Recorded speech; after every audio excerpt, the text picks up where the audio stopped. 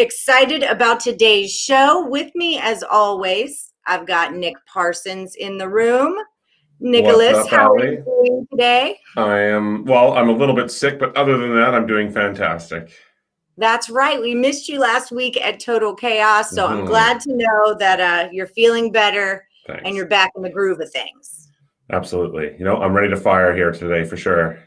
All right. And we've got Kurt Alexander is also with us today, coming in the room. What's up, Kurt? How's it going? Oh, it's going great. Thanks for having me. How are you guys doing? Good, Kurt. Rocking. Good, man. Rocking. So, Good. guys, we do have some good games to talk about today. For anyone in the chat, feel free to leave a comment. Let us know what you think, what games you're looking at. We'll try to do our best to give you some info on that business. Don't forget, we have a promo code at Picks and Parlays. Use the code DOG, and it'll save you 15% off the entire site. And without further ado, let's get started. So the first game I wanted to talk about was the Eagles at the Browns. So the Eagles are 3-5-1. They're 1-3 on the road. Browns are 6-3. They're 4-1 at home. Cleveland's the favorite here, -2.5, and the total's at 47.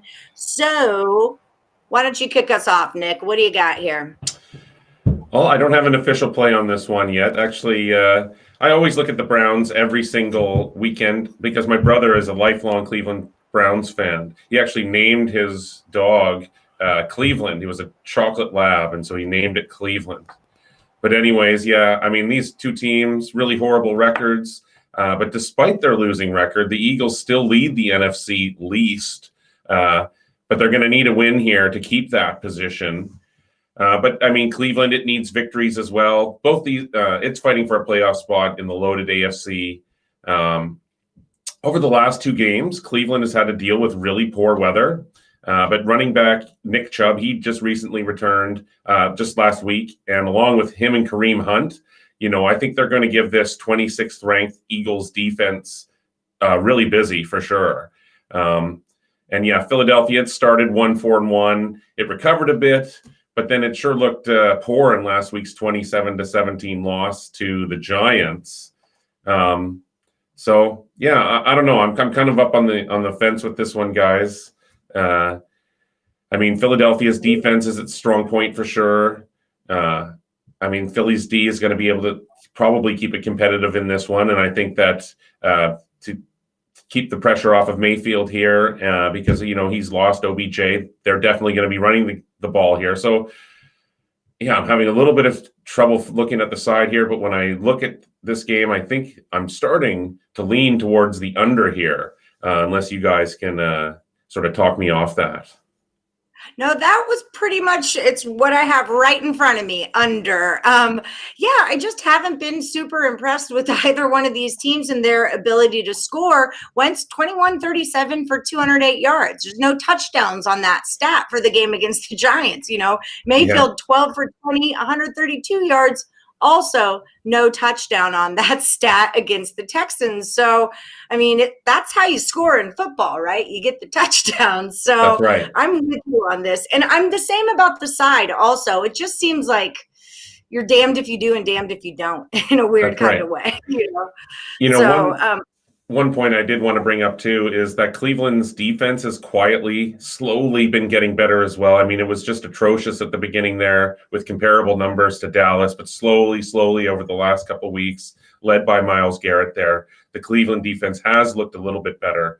So yeah, that sort of plays into it too. Philly and Cleveland's improved defense, unless Kurt is thinking something different here. What do you think, Kurt? Kurt, what are you thinking? Well, actually, I was looking at this game. I seem to be getting a lot of Philly games lately. So I'm not saying I'm an expert, but I've had to watch a lot of Philly games. I'm not impressed with the Eagles at all. I wrote some things down here. This is a team that coming into last game, they were 4 for 14 on fourth down. And the way the announcers explain it, Philly just goes for it on fourth down a lot. And I'm like, yeah, I guess, but you're 4 for 14. And what that means is you kill drives. You give the ball back to the other team, giving them great field position most of the time. And this is why you're losing games. Daniel Jones looked like the best quarterback on the field last week. Carson Wentz was not impressive at all, and he had offensive linemen coming back to the game and still didn't do anything. Alshon Jeffrey, I don't know if he caught a pass or not. What I did see from Philly, though, is that they have a committee of running backs that they used to keep them in the game last week. So they have Boston Scott, Corey Clement, and Miles Sanders. This actually made the game a little more competitive for them, and they're going to have to do that because it seems like talking about Carson Wentz, let's take some of the pressure off Carson Wentz. You have your offensive line, you're getting them back and you're getting them back intact. Run the ball. Let's use this run by committee offense that we have right now and maybe change the offense up just a little bit to keep us a little more competitive, Philly. They're going to Cleveland, and right now I like what's going on in Cleveland. I really do. You get Nick Chubb back, or you get Chubb back. You still have Kareem Hunt. Baker Mayfield isn't turning the ball over like he was earlier in the year. The weather has been on Cleveland's side. I guess you could say the last couple games at home because the weather's just been terrible. And unless you live in Cleveland or those parts, you don't really know how bad it could be. So yeah, Houston ran into it last week, and this line was 3 last week, moved up to 3.5. It was a game that they should have covered, if you know what I'm talking about. The long run by Chubb at the end. He runs out of bounds at the 1 yard line, and they ultimately push, or depending where you got the number, if you got the -4.5, you really got. It's unfortunate how that happened, but this is football, and as far as I'm concerned, that was the right play. You run out of bounds, you kneel the ball, and you preserve the win, I guess. Football terms, that's what you're supposed to do. But they could have covered that spread. This week they will cover the spread. Philly's not going to be able to compete with Cleveland. I would laying the 3. I think it's a short number. Yeah, I think I'd have to be all over the Browns with this. Yeah, I'm laying the 3. It's up to 3.5 on William Hill right now, and that doesn't scare me either. Philly just seems really inconsistent. Doug Peterson is a gambler in my eyes. Lots of 2-point conversions, lots of 4th down attempts, very few wins as results of this gambling that he's doing right now. So yeah, I definitely like Cleveland. And as far as the total's concerned, until the weather gets better, like spring, I'm not taking a Cleveland game over. I'm taking it under as well. Well, that was our consensus play when you stepped out for a second there. Nick and I both really like the game to go under that total. Yes. Yes, sir. Yes, you're with us now. But yeah, Nick and I really liked it to go under that total also. Okay. So we're definitely with you on that one. We have some people asking about the action that's going on tonight. We're going to move on to our next game, but we'll do a little bit of research. I've actually got some plays on the action I've got some action plays, I should say, from free picks last night. So we can maybe go over those in just a minute here. But let's cruise on to our next item. We were going to talk Cowboys at the Vikings. And people at home, please do comment. Let us know what you want to hear about. Just give us a second to look up some information on it real quick. So Cowboys are at the Vikings. Cowboys are 2-7. They're 0-4 on the road. They've been pitiful this year. We know that. And they're coming off a bye. Vikings are 4-5. They're 1-3 at home. And they're coming off a win against the Bears that was actually a little more of an impressive win than what that score looked like. So, Nick, give me your take. What do you got on Cowboys and Vikings? How do you like this one to roll? Well, I guess the Cowboys, the one thing you can say about them is that they benefit from playing in the worst division in the entire NFL. But both the Giants and Eagles, really, they've looked better than the Cowboys. They're putting up historically horrible defensive numbers here. And now that Dak Prescott is injured, the offense is also taking a hit. Dallas averages 22.7 points per game, and it allows 32.2. Obviously, that's not a recipe for success. Now, Minnesota averages 26.2 points, and it allows 27.4. But those numbers are skewed for sure after its slow start. Now, Minnesota's looked a lot better. It's won 3 games, as you said there. Last week, the Vikes outgained the Bears 385 to 149. Now, that's significant. That's a beatdown on both sides of the ball, every facet of the game there. And now Dalvin Cook, I mean, he's looked unstoppable. He's going to be looking at this, this Dallas defense. He already has 954 rushing yards, 12 touchdowns on 174 carries, but he's also a great receiver. He has 189 receiving yards and another touchdown. And then when I'm looking at the 2 quarterbacks, I look at Kirk Cousins, who has been getting progressively better as well, along with his team. And then I look at Andy Dalton, who's set to return off the concussion. I mean, I definitely like Kirk Cousins at home here. Dallas is also 0-6 against the spread its last 6 on the road. The Vikes are 5-1 against the spread their last 6 versus teams with losing records. My grandpa always said, don't stand in front of any trains. And so, yeah, this Minnesota team feels like it's rolling right now. I don't have an official play on this one yet either, but I'm definitely leaning towards Minnesota laying those points. I just have no hope for Dallas here, but I don't know. Maybe your perspective here, guys, can change me on that. Well, Elliot agrees with you. He says the Vikings cover easily. He also likes that game to go under. So, Kurt, why don't you give us your take on this one?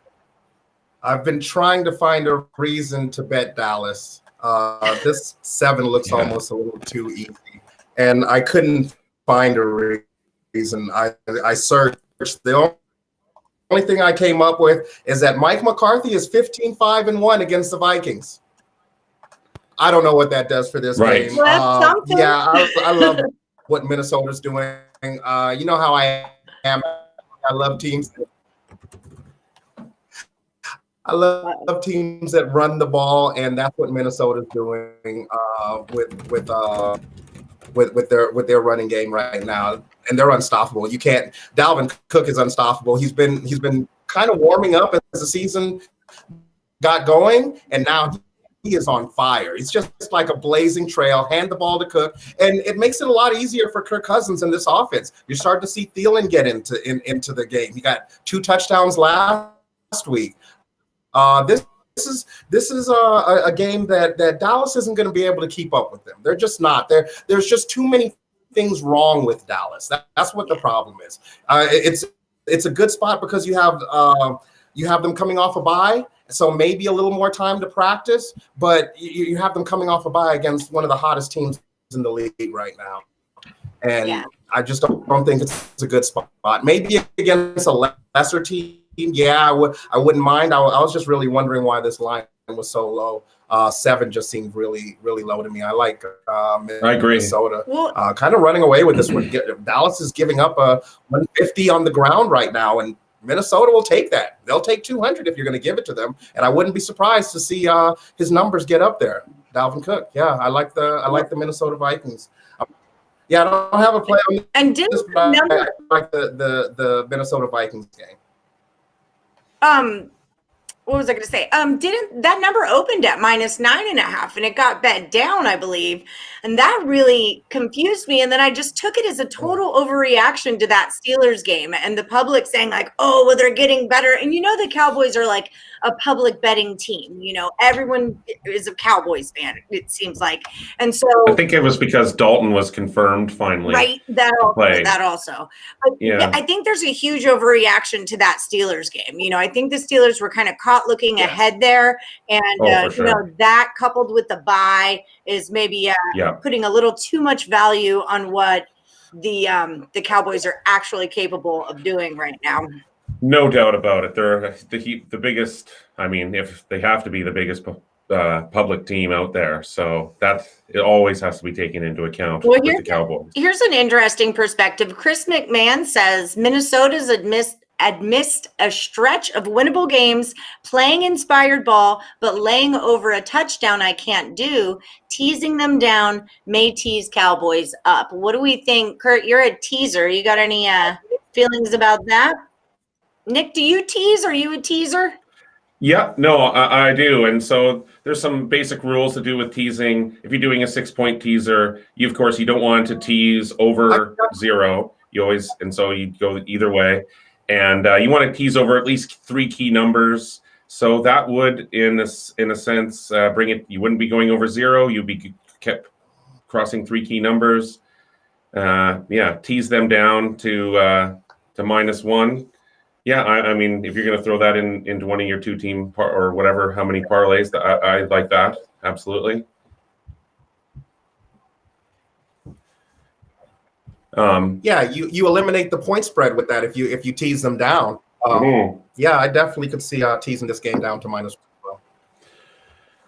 Absolutely. Teasing the Cowboys up is just a little too shaky for me because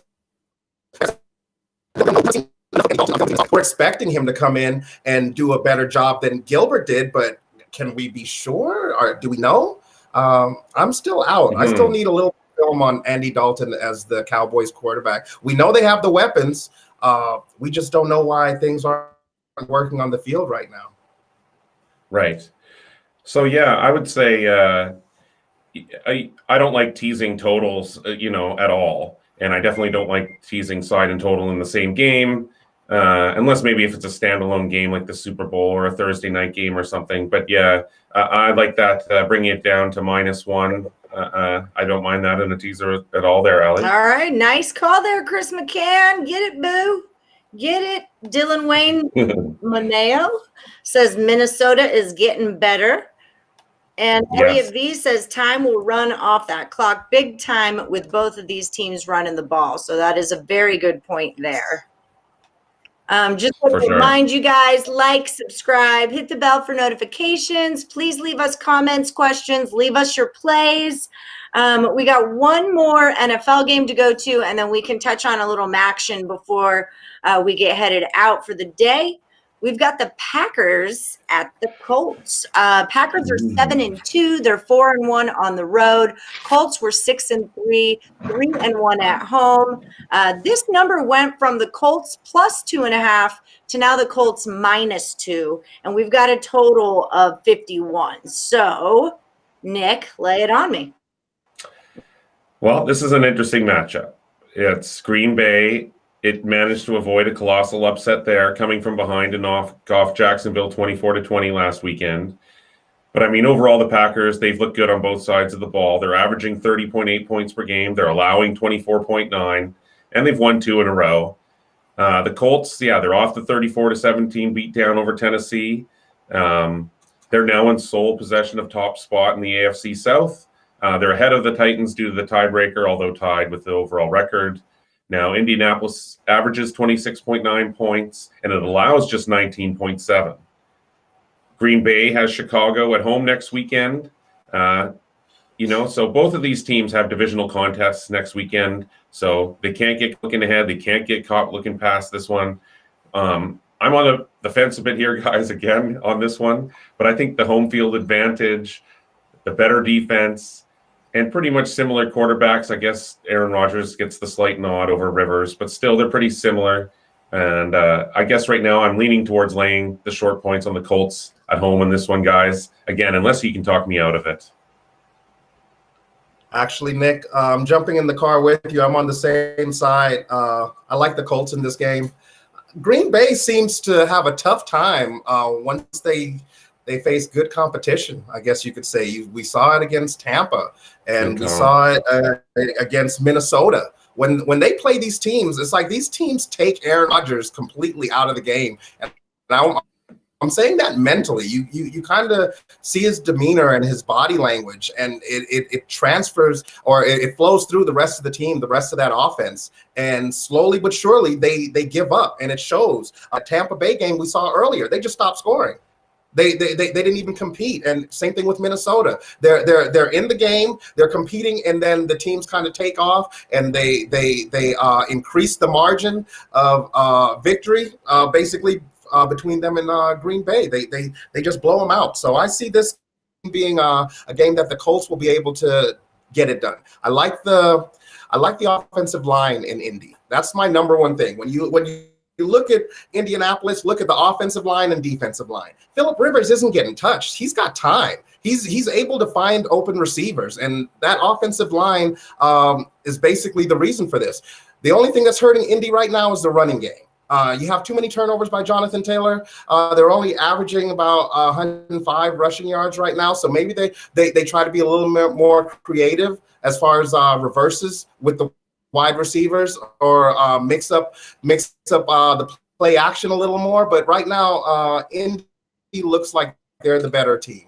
I like Indy minus the 2.5, and I've looked at Indy all year, and that's right where these spreads are. They're right around 2.5. So it kind of lets you know that Indy's a lot closer than most people might think to being a contender. Yeah.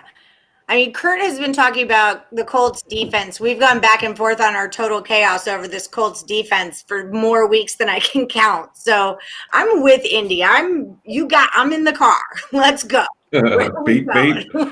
Is it Indianapolis? Because I hear they might have basketball there soon. Oh yes, I can't wait. That's what, a week away now. It's Indy. That's where we're going. Yes. Dylan says that this is his toughest game of the week. He wants to bet the Colts, but he doesn't know if he could trust Rivers. So maybe looking at a total there.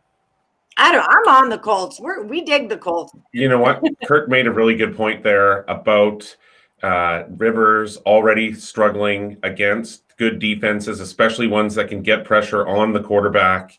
That he's just been completely ineffective, completely. So this is one of those defenses for sure. I also remember Kurt last week saying that there are no good defenses in the NFL right now. I mean, compared to in years past. But this is a good defense in this year's NFL for sure. So yeah, I'm in total agreement with him on that. I think that he could be in for a long day here, Roger. Better pack a lunch. It's going to be a long day of work, honey. Right? Pack a lunch. Okay, so I don't know if you guys have done any work on the MAC. I got Toledo and Eastern Michigan up. Toledo's minus 6.5. The total in that one is 61. Toledo's 1-1. They're coming off a loss, 41-38 at Western Michigan. They had a really solid first 3 quarters, but they just got outplayed in the fourth. They got outscored 20-7 in the fourth quarter. That's rough. Eastern Michigan's 0-2. They're coming off a 38-31 loss at Ball State. And they also lost that game in the fourth quarter, getting outscored 17-7, but they did cover their plus 8.5. So do you guys have any thoughts on this match? Oh, the MAC-tion. Well, I think you got to look first at quarterbacks. You see Preston Hutchinson playing there for the Eagles, and then you look over at Toledo, and you have I had his name here just a second ago. Damn it. Darn it. Do something. Unless one of you guys can help me out here with the quarterback for Toledo. I want to say Eli Peters, but that's not correct. It's not. Yeah. I was thinking Ellaby, but that's. It is. It's Eli Peters. Sorry. Okay. It is Eli Peters. Yeah. He's 30-46. He's got a single touchdown and 1 interception there last week. But if I'm looking at these two quarterbacks, I'm definitely giving the upper hand to Eli Peters there. So, no, I don't know. Do you have any strong feelings on this one, Kurt, or did you look at this one closely? Kurt, did you hear us? Am I still here? Yes, you are. Yeah. Okay. I'm getting these messages. That are telling me you're no longer in the broadcast. I was like, I'm no longer in the broadcast. You are in the broadcast. I actually have a play on this game. Okay. I actually have a play on this game up on the Picks and Parlays website. But I will say, as far as the total goes, like both these teams are very capable of putting some points up. So if I had to look at something in this game, I'm definitely going to look at maybe taking this game over the total. It is the MAC after all, right? Isn't that what they do? That's what they do. Yes, absolutely. That's what I hear. Very little defense going on. Elliot says Toledo game it's like over. Good luck to you if you bet a MAC. Bill McDonald agrees Toledo and over. I did a free pick video with Chip Chirimbus, legendary handicapper Chip Chirimbus last night, and he likes Toledo minus the 6.5 and the over as well. So that was his play one. What else do we have going on tonight? Western Michigan, Central Michigan, right? Yeah, that kind of looks like a shootout too to me. I'm excited. Yeah. Kurt Trapp and I went head to head on this one, and he basically said, "Stay away from the side, take it over, take it over." And I said, "Well, I'm not going to do that." And maybe I'm not the smart one, but I like Western Michigan here. It's just the way that I feel about the game. And I think it is going to be a shootout. And in the video, I think I said, whoever's getting points in this one, I like it. I definitely think it's going over, but I just like Western Michigan here. And that line moved in my way, and they were even the favorite at one point. Now I think I saw them back on the plus side. But it's going to be a shootout. It's going to happen. What do you think, Kurt? Right. Actually, I'm on the over with both of you. When these Macs and you know what's so weird is that you'll look at some of these Mac games, and like for example last night the Buffalo game where the total was kind of it was going under. To me, the game looked like a dead under in the first half, and somehow they managed to get over the total of 58.5, I believe. It was either 57.5 or 58.5 I saw, and they got over by like a point. So with these MAC conference, it's like take the over and enjoy the game.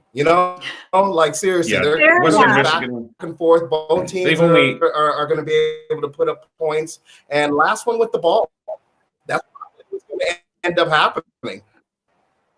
right. I did bet this game already, and I did bet it over, but I did not bet Western Michigan yet. I'm still watching that line move, but I did take it over. Like, that's a bet I have made. All right, Nick, what do you think? Yeah, I like this over for sure. Western Michigan, I mean, it's only 2 games, but it's averaging 49.5 points per game. The Chips are averaging 35 points per game. Oh, Yeah, that's a good call.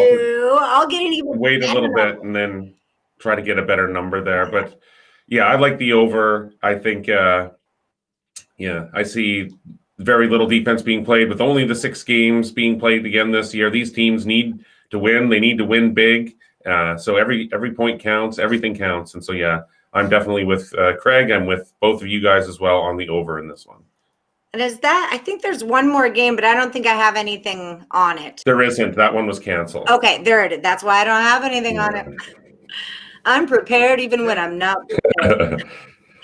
All right. So thank everyone in the chat for joining us today and commenting. We have got some cool stuff headed your way at Picks and Parlays. Of course, Friday, we're doing our NCAA live cap that we do with Dan Kaiser, one of our NCAA football experts. We'll be covering 3 or 4 games there, and I'll have your free rapid fire picks from Craig Trapp ready to rock. Then Friday after that, Kurt Alexander and I are going to do a real quick 10-minute first half total and round robin little thing for y'all, just to get some of those little bit more expert, I don't know how to say it, a little, you know what I'm trying to say. Okay. Just a different kind of show. And so you'll get first half totals, and he'll give you some plays on like round robins and pleasers and teasers and what you should be looking for that. And then Saturday morning, our total chaos has changed. I'm moving into host role, and Kurt Alexander is taking on Sean Higgs, and they're going head to head, and loser goes home, and they'll be Nick Parsons on the next week after that. So you guys are going to get to meet a lot of our Picks and Parlays handicappers, and we got a battle going on. It is total chaos now, guys. No, the new format. I'm looking forward to that. That's going to be a lot of fun. I'm excited. I love it. I'm so excited. I don't have to pick anymore too. Because I'm not good at it, is what we've all learned. Hey, you are too. Absolutely, you are. I did Kurt's. We did it over 6 weeks. Yes. Out of 6 weeks, I won 1 time, but Kurt's overall record was 40, 28, and 4 over those 6 weeks. So, wow! Congrats. Kudos. That's fantastic. It's going to be hard to knock him off that throne. Well, I'll try my best for sure in this new round robin format. Yes. Oh gosh, I didn't mean to put that up. Okay. All right, guys. Well, that is all. Oh, go ahead. I jumped in the car with some of those picks with Alex, so I can't take all the credit. Yeah. I became a better handicapper because of you. I will say a better totals football handicapper from listening to you. So it was not all for naught at all. Thank you guys, Bill McDonald, Elliot V, Gas Monkey, John Smith, all of y'all. Thank y'all for commenting. And Northern Illinois was canceled. Breaking news. Thank you, guys. You heard it here first. Elliot says he's rooting for you, Kurt. He says I'm the best even if I lose. I'll take it. Thank you, Nick. Yeah. All right. All right. So, see you guys later. See you later.